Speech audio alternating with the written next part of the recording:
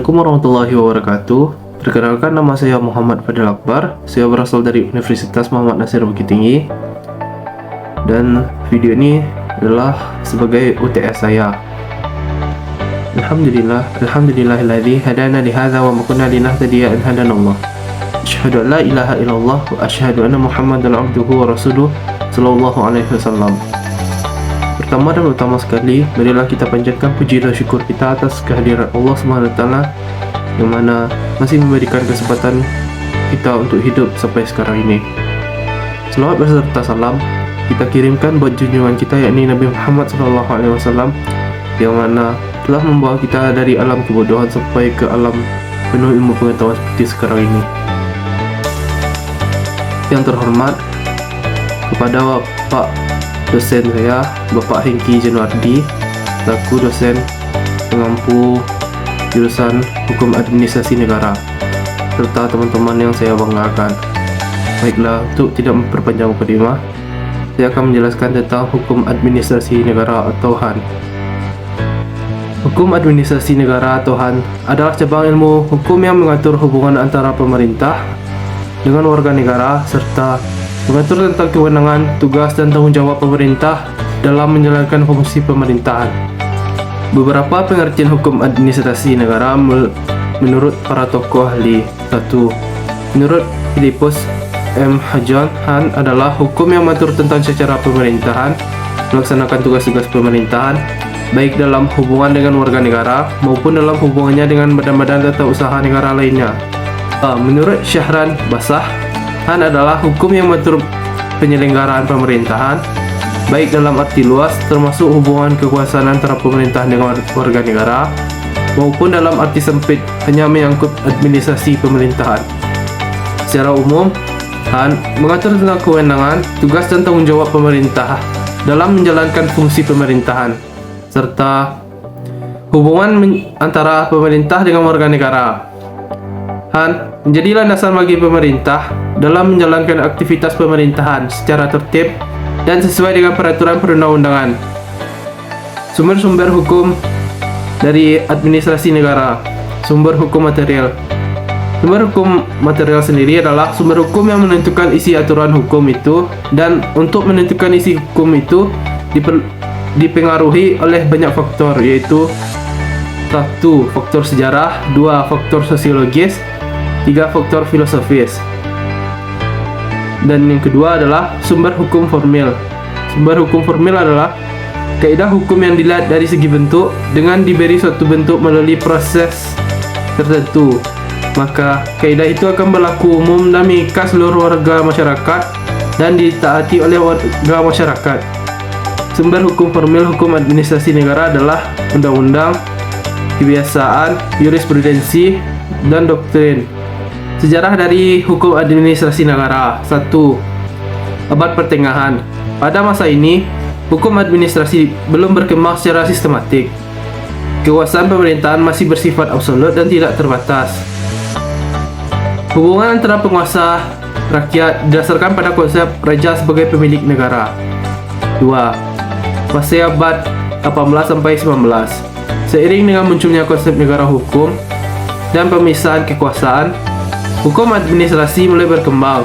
Terdapat pembatasan kekuasaan pemerintah dan pengakuan hak-hak warga negara. Prinsip-prinsip seperti legalitas, proporsionalitas, dan perlindungan hak asasi manusia mulai diterapkan. 3. Fase abad 20. Peran pemerintah semakin luas dalam mengatur kehidupan ekonomi dan sosial masyarakat. Hukum administrasi berkembang untuk mengatur berbagai aktivitas pemerintahan dalam mewujudkan kesejahteraan rakyat. Konsep-konsep seperti perizinan, pengawasan, dan tanggung jawab pemerintah semakin berkembang. 4. Fase globalisasi atau abad 21. Hukum administrasi negara menghadapi tantangan baru dalam era globalisasi. Isu-isu seperti tata kelola pemerintahan yang baik, transparansi, akuntabilitas, dan partisipasi masyarakat menjadi semakin penting. Hukum administrasi juga harus beradaptasi dengan perkembangan teknologi dan perubahan lingkungan. Secara keseluruhan, perkembangan hukum administrasi negara Sejalan dengan evolusi konsep negara dan peran pemerintah dalam mengatur kehidupan masyarakat, hukum administrasi negara terus berkembang untuk menjamin keseimbangan antara kekuasaan pemerintah dan perlindungan hak-hak warga negara. Dalam hukum administrasi negara, subjek dan objek hukum memiliki peran penting. Berikut penjelasan mengenai subjek dan objek hukum administrasi negara. 1. Pemerintah atau eksekutif. Presiden, Perdana Menteri, Menteri, Gubernur, Bupati atau Wali Kota, dan pejabat pemerintah lainnya. Badan-badan pemerintah seperti kementerian, dinas, dan lembaga pemerintah. 2. Warga negara.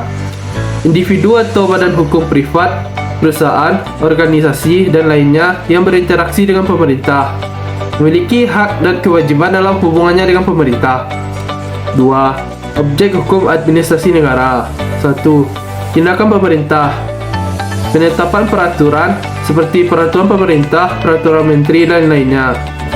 2. Keputusan tata usaha negara seperti izin, lisensi, sertifikat, dan lainnya.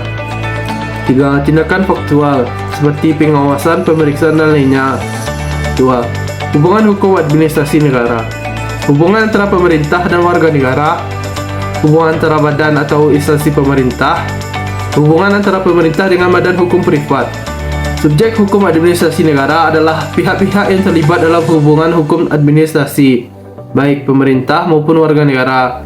Sedangkan objek hukum administrasi negara adalah tindak pemerintah dan hubungan hukum yang terjadi dalam konteks administrasi negara.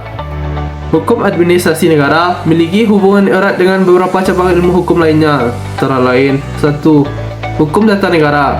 Hukum administrasi negara mengatur pelaksanaan kekuasaan pemerintah yang bersumber dari hukum tata negara. Prinsip-prinsip dalam hukum tata negara seperti pembagian kekuasaan menjadi dasar bagi hukum administrasi negara. 2. Hukum perdata. Hukum administrasi negara mengatur hubungan hukum antara pemerintah dan warga negara yang dapat bersifat perdata. Misalnya, dalam hal pemerintahan, melakukan tindakan keperdataan seperti jual beli, sewa menyewa, dan lainnya. 3. Hukum pidana. Hukum administrasi negara dapat mengatur sanksi administratif terhadap pelanggaran peraturan pemerintah. Selain itu, tindakan pemerintah juga dapat menimbulkan tanggung jawab pidana. 4. Hukum internasional. Hukum administrasi negara harus memperhatikan norma-norma hukum internasional yang mengikat negara. Misalnya, dalam hal kerjasama internasional atau implementasi perjanjian internasional. Hubungan hukum administrasi negara dengan cabang-cabang ilmu hukum lainnya menunjukkan bahwa hukum administrasi negara tidak berdiri sendiri, melainkan saling terikat dan berinteraksi dengan berbagai bidang hukum lainnya. Sekian dari saya. Jika ada salah kata atau kesalahan dalam materi, saya mohon maaf. Terlebih terkurang, Assalamualaikum warahmatullahi wabarakatuh.